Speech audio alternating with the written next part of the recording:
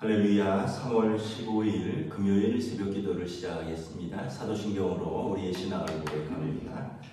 나는 전능하신 아버지 하나님 천지의 창조주를 믿습니다. 나는 그의 유일하신 아들 우리 주 예수 그리스도를 믿습니다. 그는 성령으로 잉태되어 동정녀 마리아에게서 나시고 본요 빌라도에게 고난을 받아 십자가에 못 박혀 죽으시고 장사된 지 사흘 만에 죽은 자 가운데서 다시 살아나셨으며 하늘에 오르시어 전능하신 아버지 하나님 우편에 앉아 계시다가 거기로부터 살아있는 자와 죽은 자를 심판하러 오십니다. 나는 성경을 믿으며 거룩한 공교회와 성도의 교제와 죄를 용서받는 것과 몸의 부활과 영생을 믿습니다. 아멘. 찬송가 292장 찬양하시겠습니다. 찬송가 292장입니다.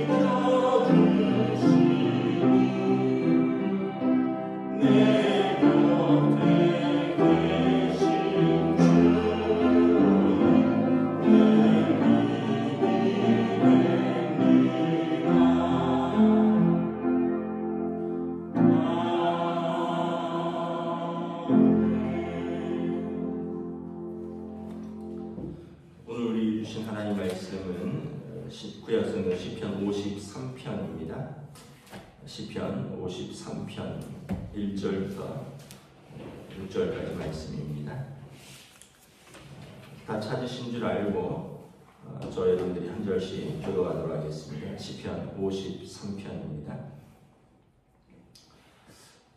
어리석은 자는 그의 마음에 이르기를 하나님이 없다 하도다. 그들은 부패하며 가증한 악을 행하며 선을 행하는 자가 없도다. 하나님이 하늘에서 인생을 굽어 살피사 지각이 있는 자와 하나님을 찾는 자가 있는가 보려 하신즉 각기 물러가 함께 더러운 자가 되고 선을 행하는 자 없으니 한 사람도 없도다. 죄를 행하는 자는 그들이 아니야. 그들이 떡 먹듯이 내 백성을 먹으면서 하나님을 부르지 아니하는도다. 그들이 두려움이 없는 곳에서 크게 두려워하였으니 너를 개항하여 친 그들의 뼈를 하나님이 흩으심이라. 하나님이 그들을 버리셨으므로 내가 그들에게 수치를 당하게 하였도다. 시온에서 이스라엘을 구하여 줄 자 누구인가? 하나님이 자기 백성의 포로된 것을 돌이키실 때에 야곱을 즐거워하며 이스라엘이 기뻐하리로다. 아멘. 할렐루야. 오늘 새날을 주셨습니다. 하나님께서 은혜와 평강으로 함께 해주시기를 축복합니다. 오늘 다윗의 시편은 뭐냐면 어떤 사람이 어리석은 사람이고 어떤 사람이 악인인가에 대해서 말씀을 하고 있습니다. 1절에 어리석은 사람은 어떤 사람이냐면 마음에 하나님 없다라고 생각하는 사람이 어리석은 사람이라는 거예요. 이 시대가 사람들이 되게 똑똑하다라고 생각을 하지만 성경에서는 하나님이 없다 하면 아무리 세상 지혜가 많은 것 같아도 세상 지식이 많은 것 같아도 마지막에 최종적으로 하나님의 심판대 앞에 설 때에 자기가 어리석었다라는 것을 이제 증명하게 되는 거죠. 마음에 하나님이 없다 하면 이제 어리석음은 이제 악행으로 이어집니다. 그들은 부패하여 가증한 악을 행하며 선을 행하는 자가 없도다. 하나님이 없다 하니까 이제 마음도 부패하고 그리고 정욕대로 행한다는 거예요. 그래서 악을 악으로 생각하지 않고 행한다는 거예요. 그런데 하나님이 있다라고 생각하는 사람은 그런 마음과 행동을 하기가 쉽지 않죠. 여러분 하나님이 계시고 내가 하나님의 자녀고 그렇다면 우리가 그것만 인식해도 벌써 우리가 쉽게 악으로 나아가지 못합니다. 2절에 보면 하나님이 하늘에서 인생을 굽어 살피신다는 거예요. 지각이 있는 자와 하나님을 찾는 자가 있는가 보려 하신다는 거죠. 그래서 하나님이 우리를 굽어 보신다는 의미는 두 가지 의미가 있어요. 첫째는 악인은 그 죄악을 심판하실 것입니다. 그리고 의인은 그 의인에게 그 의에 대한 상과 복을 주실 것입니다. 그래서 믿음이라는 것은 무엇이냐 하면 어리석은 자와 악인의 반대입니다. 하나님이 살아계시다는 것을 믿고 하나님을 찾고 그의 말씀에 순종하는 자에게 하나님이 상을 주시며 그리고 하나님이 없다 하고 그 자기 마음대로 살아가는 악인을 하나님께서 벌 주신다는 것을 믿는 것이 믿음입니다. 우리 믿음은 복잡한 것 같지만 간단합니다. 하나님이 살아계시고 그리고 의인에게 상 주시고 악인을 벌 주신다. 그래서 2절, 3절에 하나님께서 하늘에서 인생을 다 굽어 살피신다는 거예요. 그러면 여러분 우리가 얼마나 두렵고 떨리겠습니까? 여러분 만약에 아빠나 엄마 손을 잡고 가는 어린아이가 여러분 이렇게 길 지나가다가 친구에게 나쁜 말을 할 수 있겠습니까? 길 지나가다가 다른 사람의 것을 가지고 싶다고 가질 수 있겠습니까? 아빠나 엄마의 손을 잡고 가는 아이가 마찬가지로 하나님께서 인생을 굽어 살피신다라고 생각하는 사람은 우리가 말과 또 행동과 모든 것에 있어서 우리가 조심할 수밖에 없는 거죠. 제가 이제 아는 한 장로님이 그분이 시계가 1200만 원짜리 시계가 있대요. 저는 1200만 원짜리 시계를 본 적이 없어서 어떤 건지 모르겠는데, 근데 그분이 어느 날 그 시계를 잊어버렸어요. 그래서 아침에 그 시계를 차고 나갔는데 집에 돌아오니까 시계가 없는 거예요. 근데 1200만 원짜리 시계라는데 자기가 손을 씻을 때도 이거 시계를 벗은 적이 없다라는 거예요. 그래서 그날 동선을 다 추적을 하는 거예요. 근데 예를 들면 이제 그날 뭐 오전에 백화점에 들렀었대요. 그래서 백화점에 가서 내가 시계를 잊어버려서 그런데 좀 CCTV를 볼 수 있느냐. 근데 안 보여준대요. 왜냐하면 뭐 고객들 개인정보다. 그래서 어떻게 해야 되느냐, 이제 경찰서에 가서 경찰이 뭐 그것도 CCTV를 볼 수 있는 무슨 뭐 어떤 공문 같은 걸 가져와야 된대요. 그리고 이제 경찰과 동행을 해서 부탁을 해갖고 이제 찾는 거죠. 백화점에 들어갈 때 그분의 모습이 딱 찍혔어요. 그리고 백화점 매장에서 그분의 모습이 찍혔어요. 그런데 나올 때도 찍혔는데 손에 시계가 있어요. 그 백화점은 아닌 거죠. 그다음 식당에 갔어요. 식당에서 들어가서 밥 먹는 것도 다 찍혔어요. 근데 그때도 시계가 손에 있는 거예요. 그날 들른 데를 다 찾아봤는데 우리나라가 대단한 게 여러분 어디를 가든지 다 조사할 수 있습니다. 결코 숨길 수가 없어요. 길에도 있고요, CCTV가 건물에 있고요, 또 뭐 매장에 있고요, 다 있습니다. 근데 마지막으로 이제 주유소에 들렀는데 주유소에 들어와서 기름을 넣는데 보니까 이제 뭐 계산하고 이러는데 손에 시계가 있어요. 그런데 나오는데 시계가 없는 거예요. 그러니까 주유소에서 잃어버린 거죠. 그래서 주유소에서 어떻게 잃어버렸을까 이제 생각을 하는 거예요. 그분이 이제 왼손잡이인데 기름을 넣고 그리고 이제 영수증을 뽑아서 영수증 함에다가 종이만 모아놓은 쓰레기통인데 거기다 버렸는데 시계가 이때 느슨해져 있었던 거예요. 그러면서 시계가 같이 빠진 거예요. 그러니까 어디서 잊어버린 걸 찾은 거죠. 그냥 하루 종일 조사를 했더니 확실한 거는 주유소에. 그 다음날 이제 경찰이랑 주유소를 갔어요. 그래서 이제 여기 같아. 근데 없어요. 시계가 없는 거예요. 그래서 그럼 어떻게 하겠어요? 종업원들 불러서 물어보는 거죠. 근데 다 안 가져갔대요. 그럼 또 CCTV를 돌리는 거예요. 어떤 사람이 쓰레기를 버리려고 종이를 모으다가 고급 시계 같으니까 그거를 주머니에 쓱 넣는 게 종업원이 발견이 됐어요. 그러니까 이게 숨길 수가 없는 거예요. 그래가지고 그게 또 절도죄가 되더라고요. 절도죄가 돼요. 자기는 습득했다라고 했는데 아니다. 거기 있었으면 주인이 찾는데 네가 가져갔으니까 절도죄다 이래갖고 그래서 처벌하지를 원치 않는다. 장로님이 나는 시계만 찾았으면 됐고 저분 처벌하기를 원치 않는 것입니다. 했는데도 이게 이제 절도죄가 돼갖고 뭐 경찰로 넘어갔더라고요. 그러니까 여러분 우리가 생각할 때 그날 하루를 어떻게 살았는지 모를 수도 있어요. 그리고 어디서 뭘 했고 어디서 뭘 잊어버렸을지도 모르는 수도 있고요.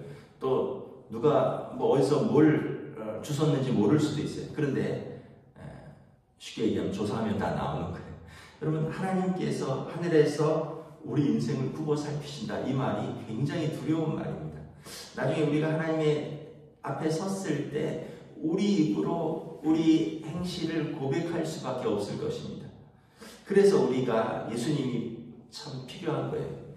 우리의 죄를 우리의 행위대로 심판하지 아니하시고 예수님께서 우리 죄악을 십자가에서 짊어지신 것입니다. 그래서 로마서에 보면 분명하게 나와 있어요. 하나님께서 우리의 전에 지은 죄를 묻지 아니하시고 예수님으로 말미암아 그러니까 간과하시고라고 되어 있습니다.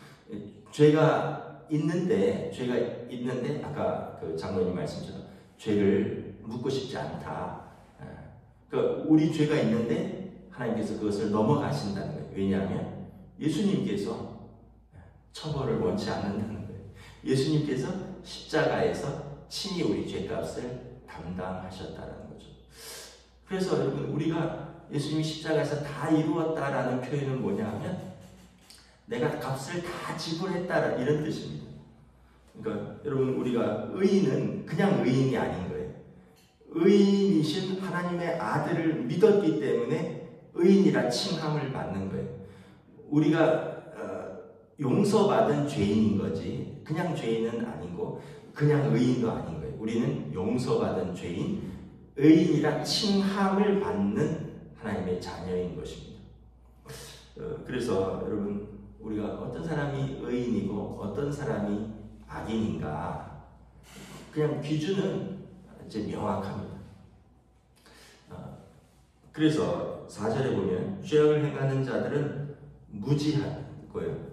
그리고 떡 먹듯이 하나님의 백성들을 먹는다는 거예요.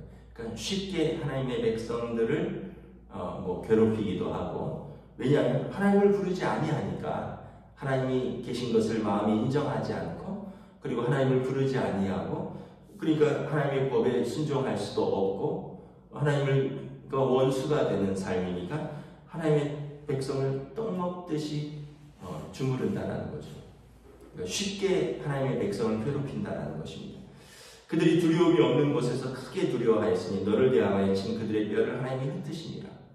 아마 다윗이 이 악인들 쉽게 얘기해서 자신은 하나님을 경외하는데 이유 없이 자기를 괴롭히고 이유 없이 자기를 죽이러 쫓아다니고 이유 없이 자기를 배반하고 비난하는 이 사람들 과연 이 사람들이 하나님을 경외하는 사람들인가에 대한 의문이 있었던 것 같아요. 그리고 내가 하나님을 경외하는 자라면 지금 하나님의 백성을 그들이 떡 먹듯이 주무르지만 하나님의 심판의 때가 되면 하나님께서 그들의 뼈를 흩으실 것이다 라는 믿음이 있는 거죠. 다윗에게 믿음이 있어요. 하나님이 살아계시고 그리고 지금 고난당하지만 불의한 자의 형통함을 부러워하지 아니하고 하나님께서 의인에게 상 주시고 악인을 벌 주실 것이라는 믿음이 있는 거예요. 다윗이.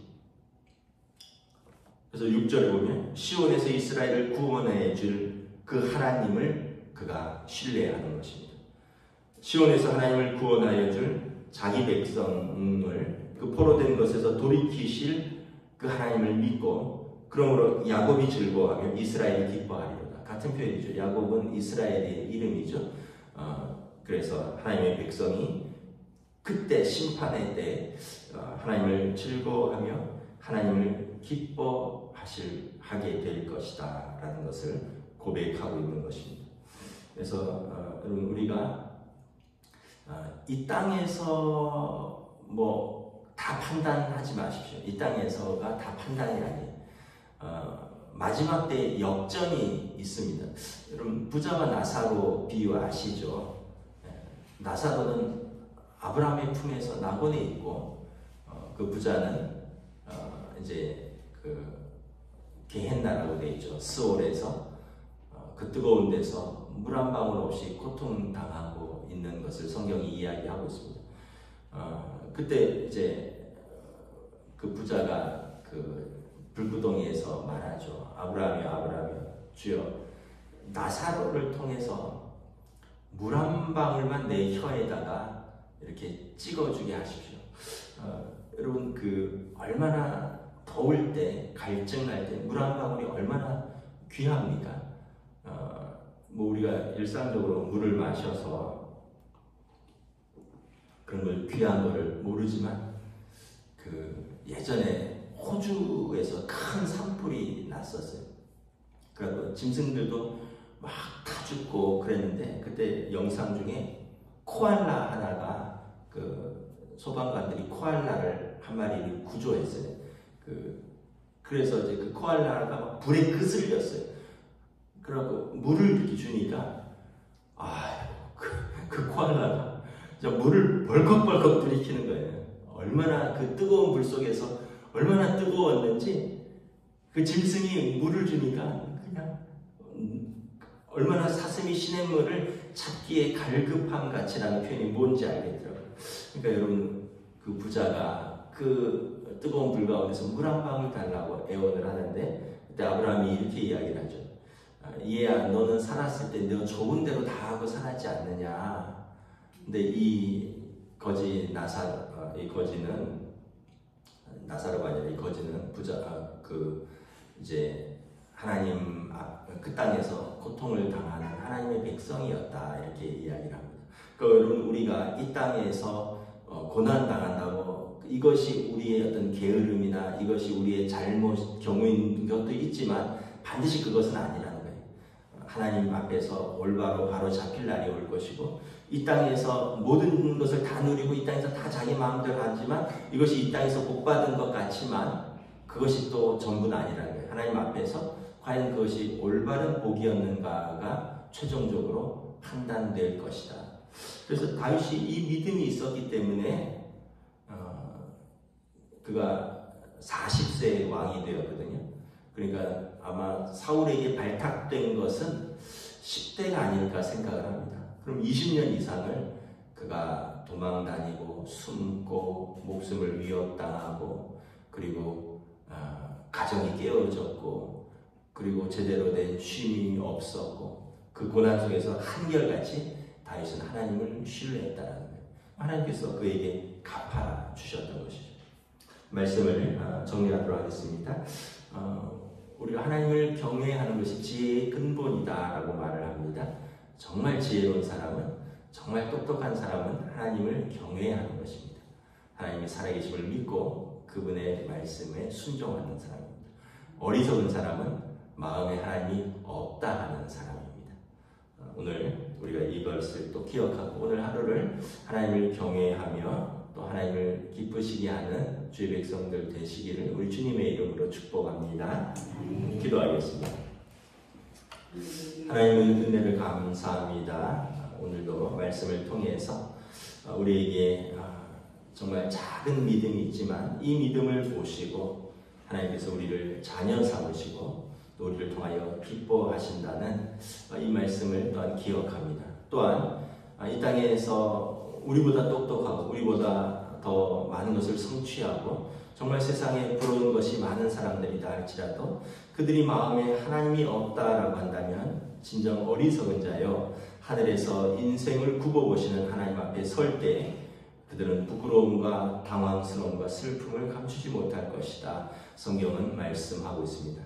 오늘도 우리가 예수님을 통하여 하나님의 자녀가 되었으니 이 믿음으로 감사하면서 오늘도 하나님의 은혜 가운데 우리들의 삶의 자리에서 우리에게 주신 사람들을 사랑하며 우리에게 주어진 일을 충성스럽게 감당하는 복된 하루, 믿음의 하루로 인도하여 주시옵소서. 감사를 드리오며 우리 주 예수 그리스도 이름으로 기도드리옵나이다. 아멘. 하늘에 계신 우리 아버지, 아버지의 이름을 거룩하게 하시며 아버지의 나라가 오게 하시며 아버지의 뜻이 하늘에서와 같이 땅에서도 이루어지게 하소서. 오늘 우리에게 용할 양식을 주시고 우리가 우리에게 잘못한 사람을 용서하여 준 것 같이 우리 죄를 용서하여 주시고 우리를 시험에 빠지지 않게 하시고 악에서 구하소서. 나라와 권능과 영광이 영원히 아버지